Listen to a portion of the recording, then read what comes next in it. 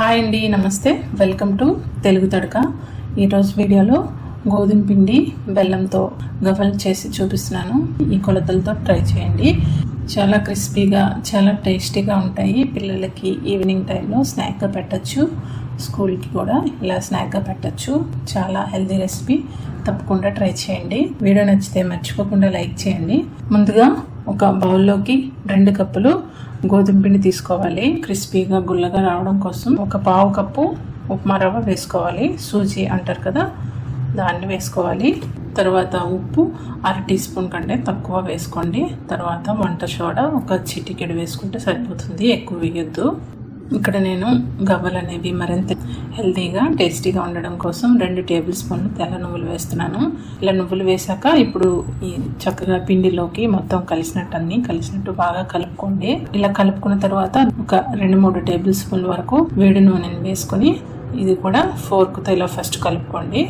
నూనె అనేది వేడిగా ఉంటుంది, చేయి కాలుతుంది. అందుకని ఫస్ట్ ఫోర్క్తో కలుపుకొని కొద్దిగా చల్లగా అయిన తర్వాత చేత్తో మొత్తం పిండిని బాగా కలుపుకోండి. ఇలా పిండి మొత్తాన్ని చేత్తో నలుపుతూ కలుపుకోండి. చేతిలోకి పిండి తీసుకొని ముద్దలా చేస్తే ఇలా ముద్ద కట్టాలి. అప్పుడు మనకి పిండిలో మాయిశ్చర్ అనేది కరెక్ట్గా సరిపోయింది. ఇప్పుడు మనం ఇందులో కొద్దిగా నీళ్ళు వేసుకొని కలుపుకోవాలి. నీళ్ళు ఒకేసారి ఎక్కువ వేసకుండా కొద్దిగా వేస్తూ కలుపుకోండి. పూరి పిండి కలుపుకుంటాం కదా, అలా ఉండాలి.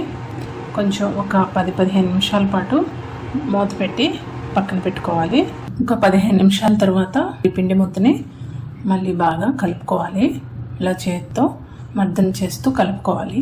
తర్వాత ఇందులోంచి కొద్ది పిండిని తీసుకొని ఇలా ఉండలుగా చిన్న ఉండలుగా చుట్టుకోవాలి. ఇలా చిన్న ఉండలుగా చుట్టుకున్న వాటిని మీ దగ్గర గవ్వల చెక్క ఉంటే గవ్వల చెక్క పైన చేసుకోవచ్చు.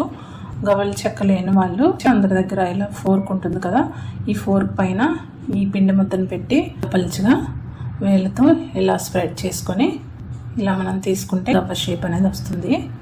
ఇలా అన్నిటినీ చేసుకోవచ్చు. లేదంటే ఇలా మనం ఈ బోరెలు గరిటె ఉంటుంది కదా, దీనిపైన కూడా ఇలా పిండిని ఇలా స్ప్రెడ్ చేసుకొని ఇలా తీసుకోవచ్చు.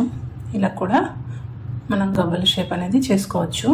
పిండి చిన్న ముద్దలుగా తీసుకోవాలి. అప్పుడే మనకి గవ్వలు అనేవి ఆయిల్లో బాగా ఫ్రై అవుతాయి. మందంగా ఉండకూడదు. ఇలా పల్చగా చేసుకొని గవ్వల షేప్ తెచ్చుకోవాలి. ఇలా అన్నీ నేను ఇలా ప్రిపేర్ చేసి ఒక ప్లేట్లో తీసుకున్నాను. డీప్ ఫ్రై కోసం ఆయిల్ వేడి చేసుకొని, ఆయిల్ మీడియం హీట్లో ఉండాలి, వేడిగా ఉండకూడదు. ఇలా మీడియం హీట్లో ఉన్నప్పుడు గవ్వల్ని ఇలా వేసుకొని మీడియం ఫ్లేమ్లోనే ఫ్రై చేసుకోవాలి. ఇలా గవ్వల్ని వేసాక 1-2 నిమిషాలు మీడియం ఫ్లేమ్లో వేయించుకొని ఇలా గవ్వల్ని కలుపుతూ వేయించుకోవాలి. అప్పుడు మనకు అన్ని వైపులు ఒకేలాగా ఈవెన్గా వేగుతాయి. ఇలా వేగిన చూడండి, ఈ కలర్ వచ్చినప్పుడు గవ్వలు మనకి పర్ఫెక్ట్గా వేగినట్టు అర్థము. ఈ కలర్ వచ్చినప్పుడు తీసుకోవడమే ఆయిల్ నుంచి బయటికి.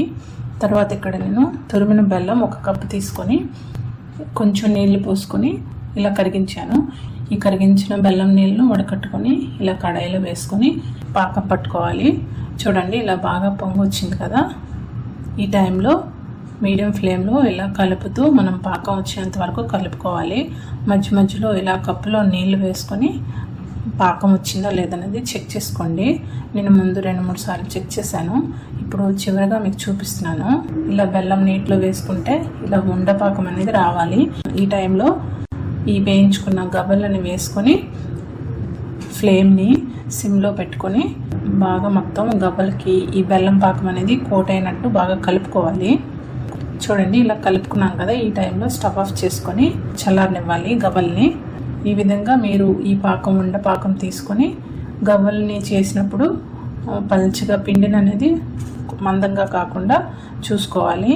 అప్పుడు మీరు వేయించుకున్న గవ్వలను వేసుకుంటే మీకు గుల్లగా క్రిస్పీగా గవ్వలు భలే వస్తాయి.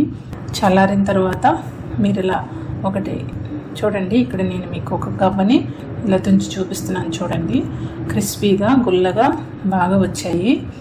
చాలా హెల్తీగా ఇలా చేసి పిల్లలకి స్నాక్గా పెట్టచ్చు. తప్పకుండా ట్రై చేయండి. వీడియో నచ్చినట్లయితే లైక్ చేయండి, షేర్ చేయండి, సబ్స్క్రైబ్ చేయడం మర్చిపోవద్దు. Thank you so much for watching. Bye.